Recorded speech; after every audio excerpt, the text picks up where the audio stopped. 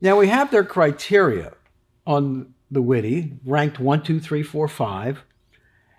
And in almost every case, quality, service, and price are in there in some order. There are other things involved too, but they are very, some people, price is even a non-issue. But most of the time, the majority of the time, those three will be selected in some order. So let's say that somebody checks price number 1 and quality 2 and service 3. Here's what I would say. Tony, so let me make sure I understand what you're telling me. You'll take a little lower quality for a better price? Is that what you're telling me? No, I want both. Really? Well, and then I actually take out my value triangle. And some of my clients have made a little pyramid with quality, service, price, and they actually sit it down and have a discussion about it. But we'll say, well, look, there's no question. And I'm going, oh, by the way, I'm always going to use the customer's business model to make my point. So a hospital, I'm going to say and I'm talking to the CEO of the hospital, and he says, I want all three.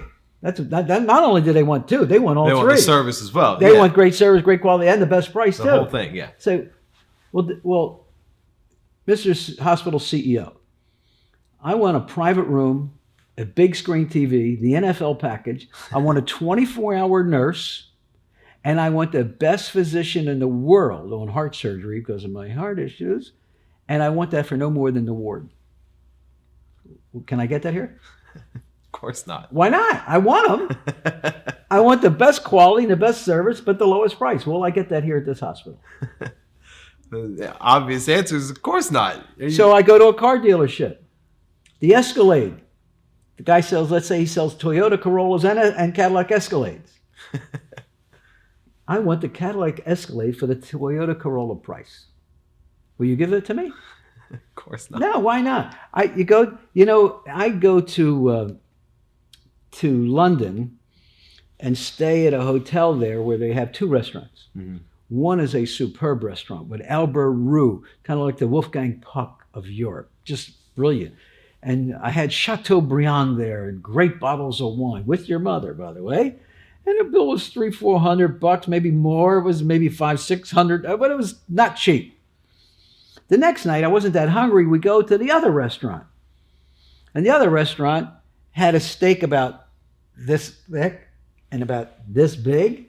And it was like 15 pounds or $20. Right. And I says, is this the biggest steak you got? This is pretty bad.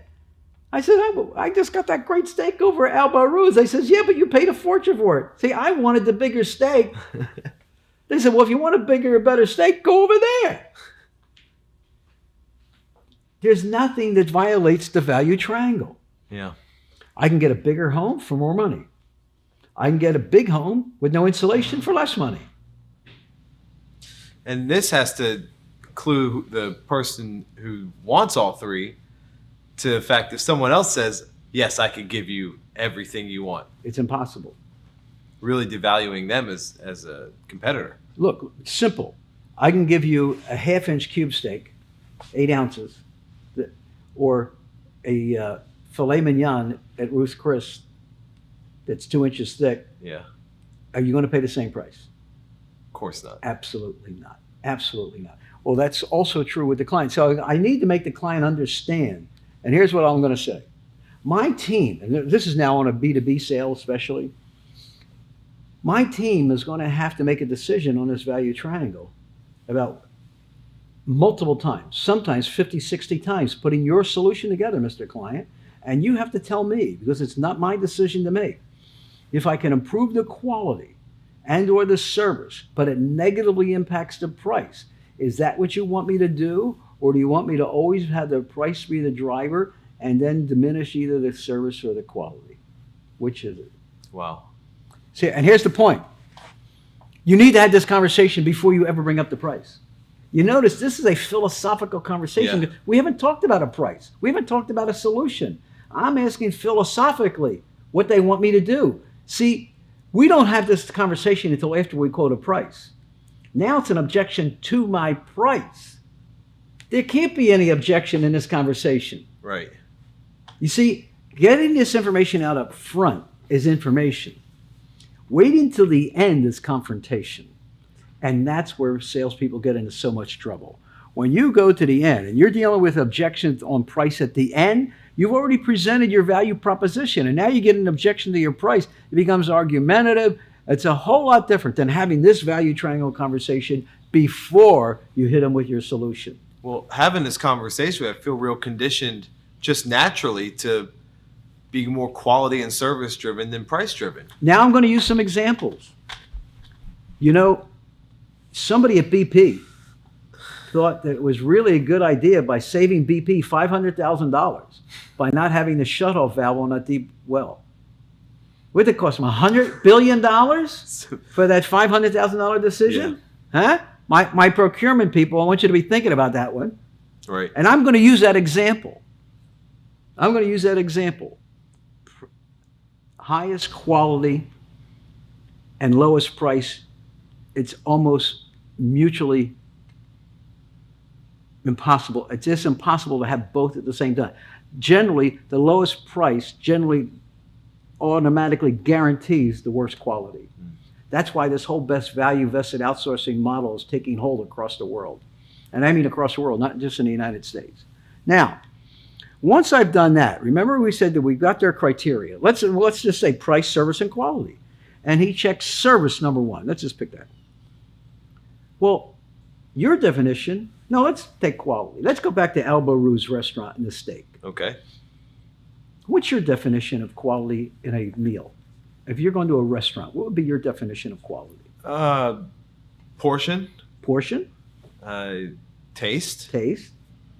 And then speed of the food coming out of the restaurant. And how quickly it comes. Right. Okay? That's Tony's. Some of you might say healthy choices, farm to fork, sustainability, not impact my blood sugar, visual, the presentation.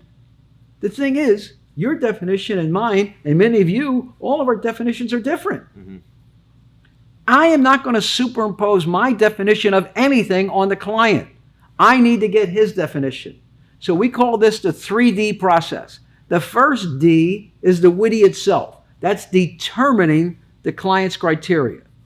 The second D is getting their definition of those criteria. Price. What's your definition of a good price? The exact same thing I'm paying now. Okay, so in other words, you're looking for a revenue neutral decision that improves your KPIs. Is that what you're? So I want to get it. Right. Then the third D, which is the critical D, why did you choose that number one, whatever it was? Now we had in a BMW dealership, and it's in my book if you've read the book, where a woman came in to buy a BMW, and we had a game, we had a witty, and she checked quality. We asked her what her definition was, and she said a car that was reliable and handled well, which is an unusual conversation for a BMW. Mm-hmm. It's more like a Volvo conversation. Yeah. And then we said, well, why is that so important to you? And she said, well, 6 months ago, I loaned the car to our 17-year-old son. He got into an accident. And I believe if he had a car that handled well, he might have been able to prevent that accident. So now the dominant buying motive, the third D, was love of son or fear of loss. It's an emotion. The third D is an emotion. First D is determining their criteria. Second D is getting their definition. The third D is uncovering their dominant buying motive for their choice. So the BMW sales guys love to talk about that fact that that car could do 160 miles an hour. Right. So imagine selling that to your mother. Oh, yeah, my 17-year-old son is going to get into a car that goes 160 miles an hour. Yeah, if you told this lady you could, it would have been over. Take a turn it would have been over. Right. It would have been over. So that's the point. Uncovering and most salespeople do not get to the dominant buying motive. Why is that such an overlooked piece? We see it in our classes all the time. It's because the first two Ds are one question. Here's the witty, please fill it out. What's your definition? The third D might take 7 or 8 questions. Well, what does that do for you? How will that impact you? How does that impact your ability to achieve your goal? And if you haven't resonated way back in step 1 again, you'll never get to the dominant buying motive. Because this is a connection. This is a deeper conversation. Right. Like they're going to open up something. I built a swimming pool for a woman whose husband had had a stroke. So it was the whole idea of quality of life for her husband. Not having fun in the pool with the neighbors. You need to know that. Yeah. You need to know that stuff. A school superintendent wanted to get a bond referendum passed. Why did he want the bond? He promised, this was his last stop before retirement, and he promised the voters of that county that he was going to help build them schools, and if he couldn't get the bond referendum passed, he would have failed at his last stop before he left. That was his connection. So you need to uncover the dominant buying motive.